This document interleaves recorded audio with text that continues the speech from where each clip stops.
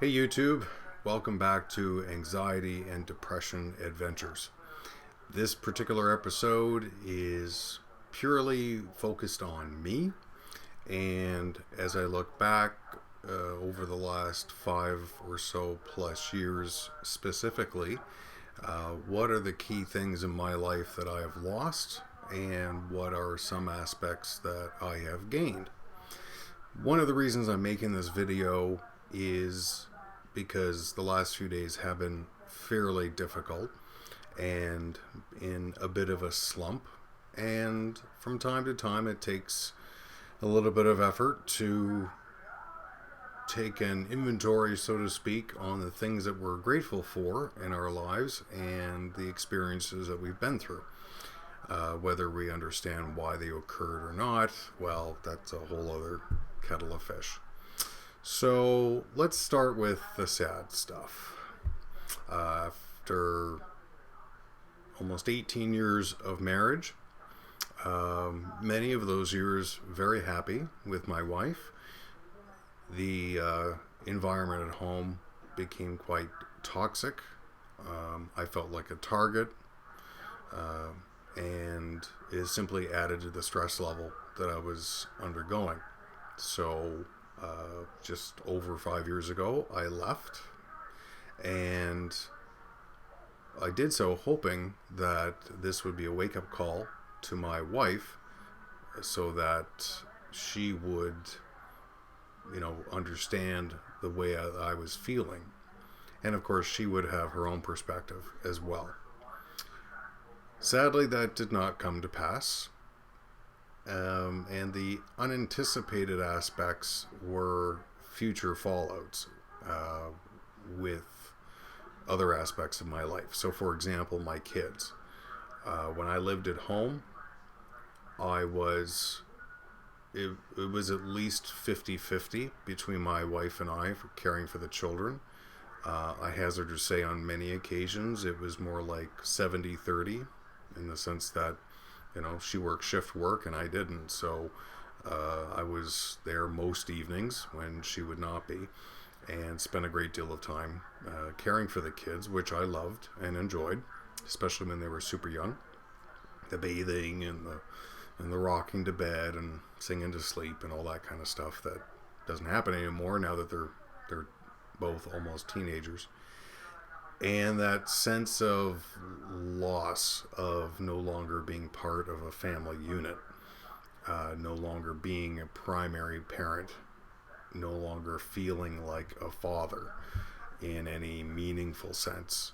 And as I mentioned in a previous video, feeling very much as if the dream, the one shot at a dream one thinks that we get once in a lifetime, was over. My self-esteem always had been low, but it really took a plunge, and that was tied specifically, I think, to knowing my wife no longer cared for me and seeing what I perceived as failures throughout my life. Particularly with the business that I had. Then, of course, we lost our home, which I dearly loved. I always looked at it as the family homestead, and letting go of that just ripped my heart out.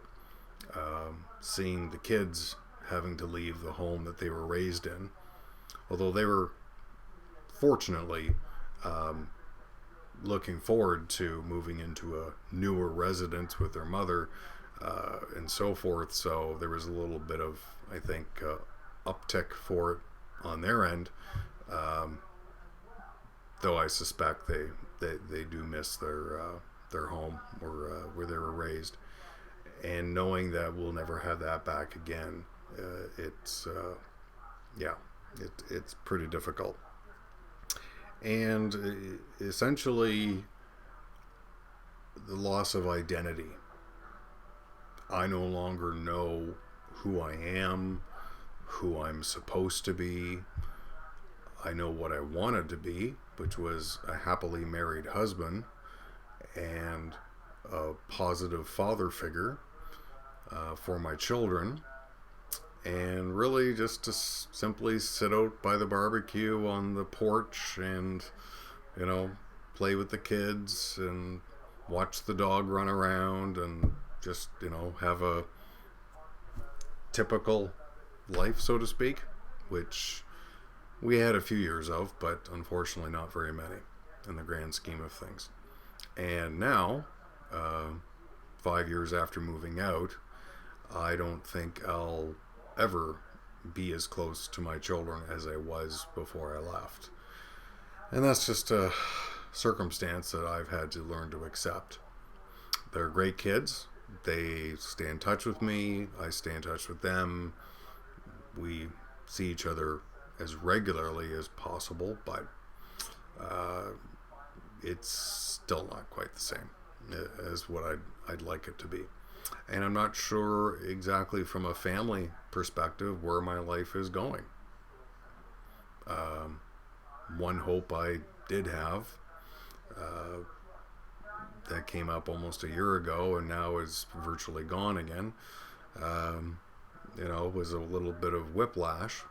It did reinforce the fact that, you know, my wife and I are definitely done with each other. But sad part is that I really felt for the first time in years as if there was somebody else out there that truly loved me for me.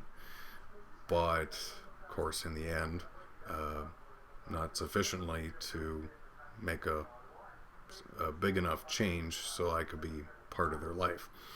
So, you know, you roll with the punches, as they say. On to a more upbeat side.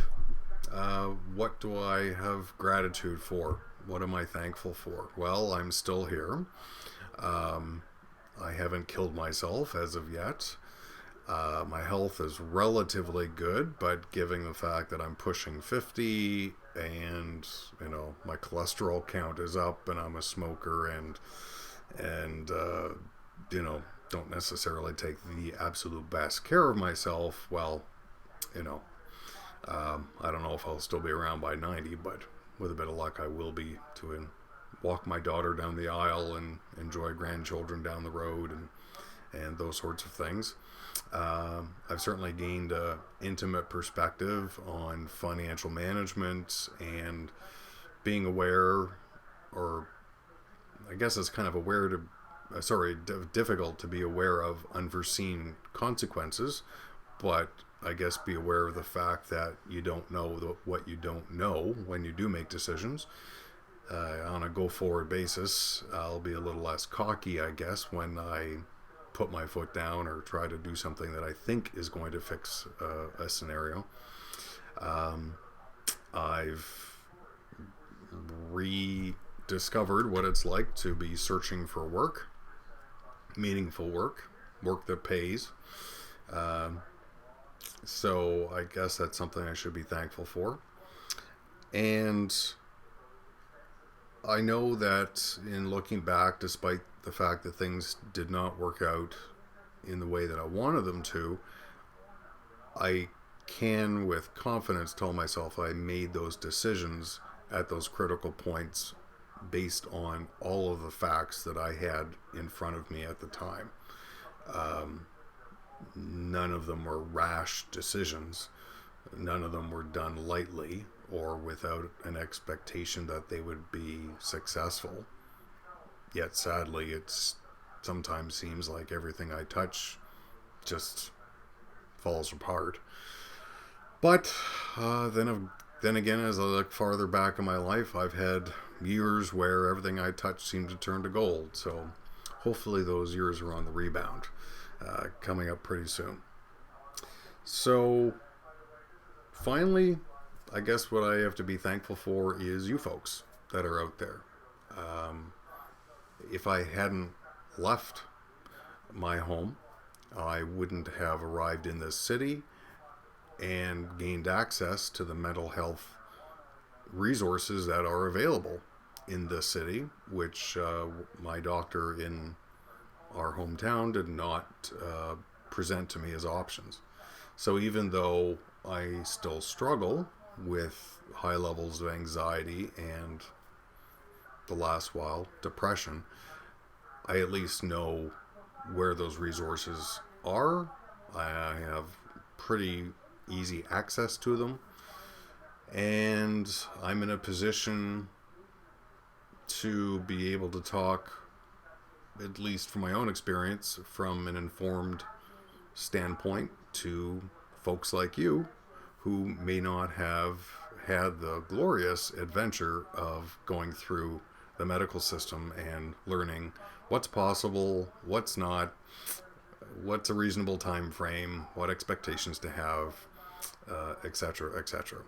So, as always, do feel free to leave any comments or questions in the section on your screen below. If you want to continue to see videos around anxiety, depression, mental health from a perspective of a person like me who's been through it and continues to go through it, please subscribe and just let me know that you're out there. That'd be great.